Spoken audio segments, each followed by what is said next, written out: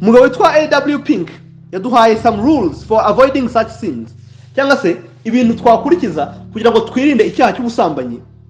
Kuko namaze kubona yuko twese kitureba. N'ubwo bwati ngiye rwose nta muntu turasambana, ariko ubu ngubu aho tugeze ushobora gusanga usambanye uko twamaze ku describing ngaha uburimo, uretse no kuba warabukoze rimwe ahubwo ubutuyemo. Uburyo bwo kwirinda ubusambanyi nkuko biri buvuga ngo nuguhora twitoza kumenya kubaho kw'Imana ko kuri hafi yacu iminsi yose. Endeavoring to know the presence of God always with us.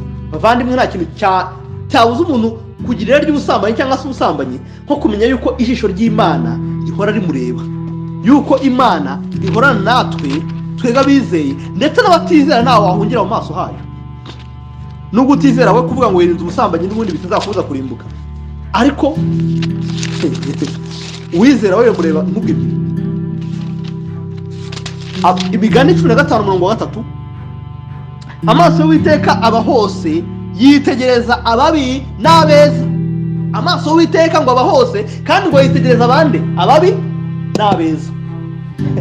Ubwo rero kumenya yuko ijisho ry'Imana rimporaho, ubwo nimba mfashe computer yanjye ndi mu cyumba cyangwa se mfashe telefone yanjye ndi mu buriri, amafoto ntangira kudisplayinga kuri screen yanjye, ayo ntangira kurebaho, ayo ntangira gutindaho, n'ibitekerezo ntangira kuyagiraho byose, ijisho ry'Imana rikundeba kandi rikundeba ngiye mubi n'abeza. Babyumva? Nimba ari message ndi gusoma, niba ari igitabo ndi gusoma kiri ubyutse ibere ryanjye, ijisho ry'Imana rikundeba ko reba ababi n'abeza.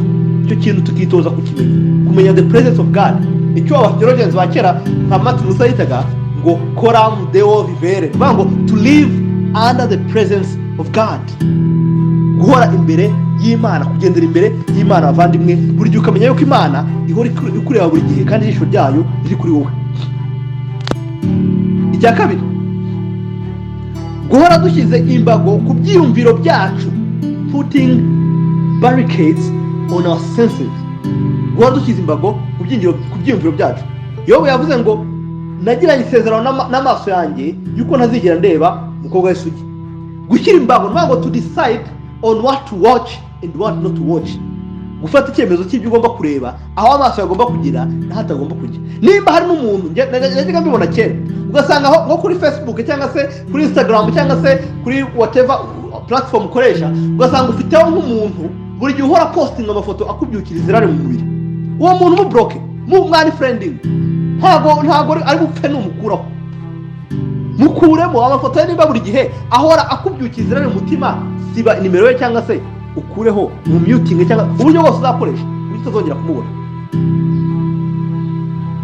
Niba ari umuntu buri gihe uguhamagara cyangwa se uvugisha akakuganisha mu bitekerezo kuganisha mwirari, ubwo ati muvandimwe rero byakabaye byiza ko dukomeza kuganira, ariko numva ntagishoboye kuganira nawe. Ntago